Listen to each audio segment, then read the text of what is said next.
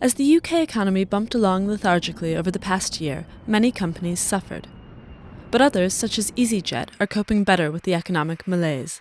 The budget airline's share price rose 80% last year, taking the company to the brink of joining the FTSE 100.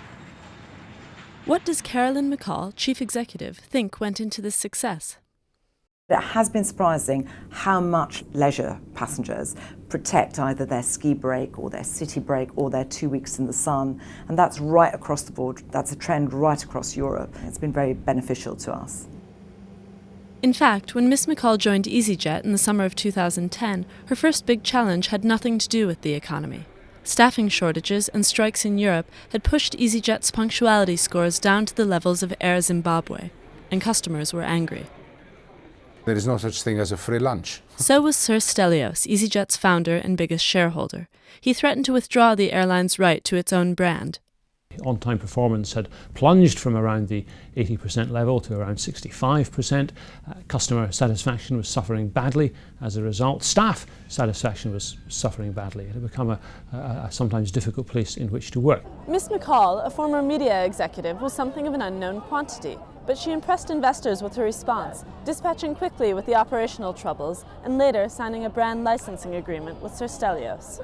I think there was a feeling in some quarters that she might focus very much on the softer aspects of running a business, but in fact she's focused very hard-headedly on that return on capital metric, and what gets measured gets managed, and the metric has improved.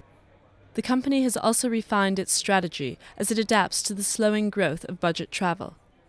They held back capacity growth, taking it from about 10% a year to less than half that, worked harder at attracting a wider range of customers, including lucrative business travellers, and reduced easyJet's significant cash holdings through a maiden dividend. But the company still sees growth opportunities ahead. We're still confident that the modest growth that we are anticipating, about 3 to 4% a year, would come from the markets that we're already strong in, whether that's France, Italy, UK, Switzerland, Germany, all the markets that we're operating in currently. And that is despite flag carriers becoming more competitive. In virtually every primary airport that we operate, we will have a 30% cost advantage to a legacy carrier. So, we're very focused on our unit costs. We have our, easyJet Lean, which is embedded in everything we do. But I think that there is room still with the legacy carriers, whether it's in Italy, whether it's in France, whether it's in Portugal. There's still room to grow. As far as Sir Stelios goes, easyJet has taken a firm approach, rallying other investors to quell his attacks, but also working hard to keep communication lines open. Sir Stelios was worried about growth. They've cut the growth rate back. He was worried about the absence of a dividend. They now pay a dividend. He was worried about the prospect of Sir Michael Rake, the chairman, taking on the chairmanship of Barclays. So he didn't. So they have judiciously given ground to Stelios. And at the same time, they've made sure they didn't forget the rest of the shareholders, because perhaps the only thing worse than being at loggerheads with someone who speaks for 40% of your shares is being at loggerheads with the people who speak for the other 60%. That balance may be tested again this year if Ms McCall decides to order new aircraft, a move the company is considering, but which its founder opposes. New aircraft would support expansion and help keep operating costs in check by stocking the fleet with the most efficient models.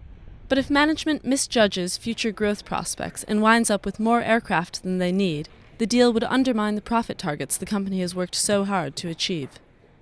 Ms McCall says easyJet is in commercial talks with both Airbus and Boeing about an order, despite currently having an all-Airbus fleet. We are deadly serious about that competition between the two manufacturers, and Boeing know that. They will work very hard for our business. Any significant deal would require shareholder approval. Nothing better affirms the market's belief in a chief executive and her strategy than a rising share price, except, perhaps, a hard-won shareholder vote. Rose Jacobs, Financial Times, London.